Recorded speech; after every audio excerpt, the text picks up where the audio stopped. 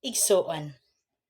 Ingon ani bata, isip asawa, halimbawa dunay mga panahon nga nasuko ka, naglagot ka sa imong kapikas sa kinabuhi or duna kay mga butang nga disgusto nga iyang gihimo.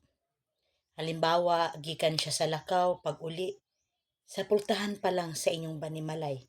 Wala pa lang siya kasaka sa inyong balay. Gisugat na nimo siya kasapa, pamuyboy o pamalikas. Kay balo ba ka asawa? Wrong way kini. Mao kini ang mga buhat nga diin mo sakay jud ang yawa aron ang inyong kaminyoon magsamok og walay kalinaw. Isip usa ka buotang asawa, ilaw ng tahanan. Ipakita pagyapon nato nga kita kaantigo magpugong sa atong kaugalingon sa insaktong proseso. Halimbawa, gikapoy man ka na. Gikan sa trabaho, pag-uli, pakana usa. Dayon papahulaya. Human nga imong makita na siya nakapahulay na nakakauna.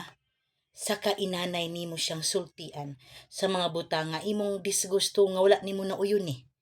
Aron dunay kalinaw ug dili mo paingon sa panaglalis ang inyong gikabiklan. Mutuo ba ka nga naara sa asawa ang kalinaw sa pagpuyo? Yes, tinuod. Kay kanang mga lalaki, di na sila gusto og tagaw-taw.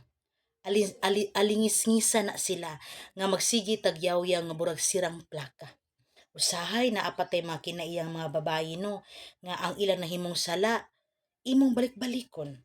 Sa higayon nga makasala na pud, balik-balikon na pud nimo bisan nangagi na. Makaaburido na sa ilang hunahuna. Hinaot unta isip asawa, magampo kita. Kay kung dili bitaw ta hugot nga magampo sa Ginoo, dali kita masuko. Sa higayon nga maglagot ta, masuko ta sa atong bana kay naate wa na uyon ni.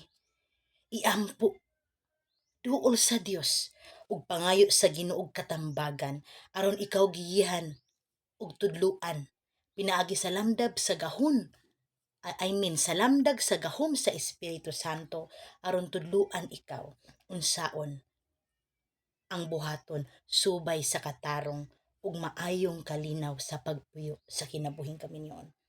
Pero usahay manggod kitang mga asawa, magsalig na lang ta nga pagkangalan nga asawa kita, dili ta usahay mga tabang sa Ginoo, usahay magpasulabi ta sa atong kaugalingong kagustuhan lamang without guidance sa Ginoo. Rason, gubot ang pagpuyo sa kinabuhing kaminyoon.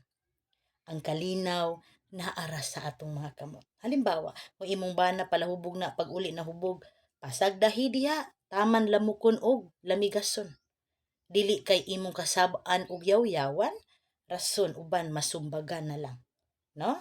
Unta mahimo kining usa ka pagtulun-an nimo asawa, iampo lang gyud ang tanang butang. Amen.